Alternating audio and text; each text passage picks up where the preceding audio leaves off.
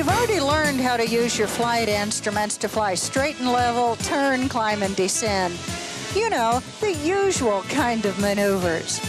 But as you probably found out when you first started flying by reference to instruments, it can be a little difficult to keep the airplane in one of the usual attitudes all the time.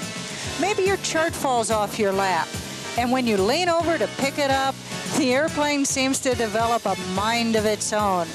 The next thing you know, your airplane is in some unexpected, unusual attitude. So it would be very handy to be able to recognize and recover from an unusual attitude when you're in the clouds.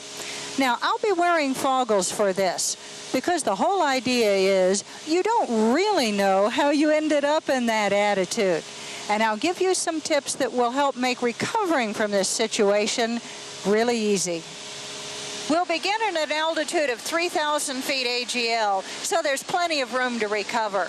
And I'll clear the area with a 90-degree turn to the left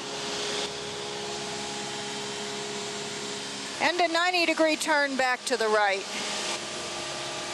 Now, Cal, who's acting as my instructor, will put me in an unusual attitude.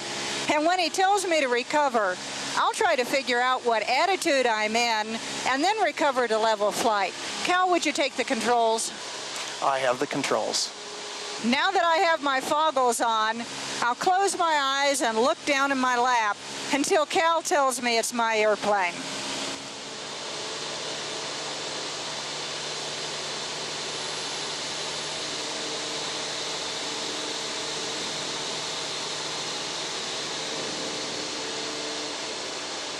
Your airplane. I look immediately at the attitude indicator. It says I'm nose high in a right bank, and the airspeed and altimeter confirm that. The turn coordinator also shows I'm in a right turn. So I'll come in with full power and lower the nose to level flight attitude on the attitude indicator, and then roll the wings level using the attitude indicator with coordinated aileron and rudder. And once I'm back to level flight attitude, I'll reduce the power back to cruise power. So to recover from the unusual attitude, the first thing I did was look at the attitude indicator to get the big picture, in this case nose high and in a right bank. But then I confirmed that nose high attitude by looking at the airspeed indicator and the altimeter.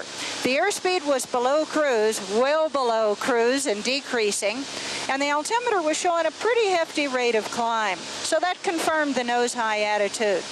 And to recover from a nose high attitude, you simultaneously add power and reduce the angle of attack by pitching the nose down. And then you roll the wings level.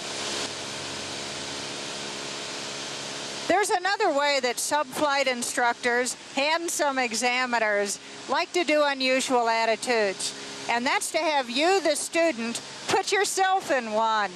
It's more realistic than if the instructor does it to you, and it really gives you a feeling for how it can happen in the clouds. Cal's going to tell me what maneuvers to fly, and I'll try to do what he says without looking at the flight instruments. Okay, Cal, I'm ready. Okay, Martha, let's go ahead and start a shallow, straight-ahead descent.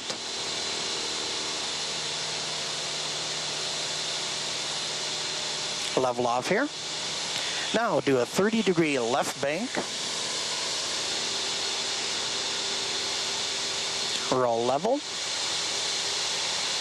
And hold this heading.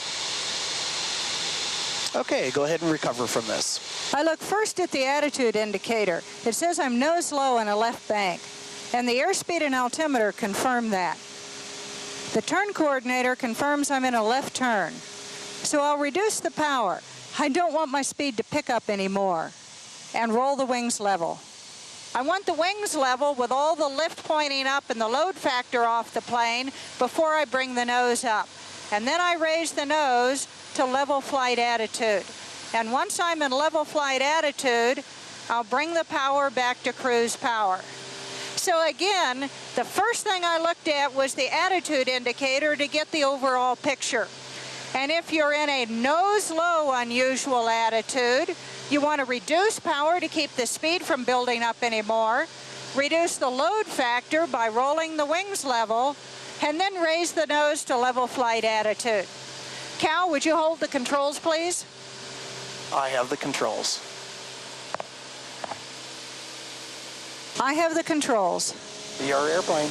And that's really all there is to unusual attitudes. First, recognize what unusual attitude you're in by interpreting your flight instruments, starting with the attitude indicator for the overall picture. Then correct to straight and level flight. And here's a tip. Think of the power as being tied to the airspeed indication. If the airspeed is below cruise, add power. And if it's above cruise, reduce the power. But remember, the real trick to handling unusual attitudes is to maintain your instrument proficiency and keep your cockpit organized so you don't get into one in the first place.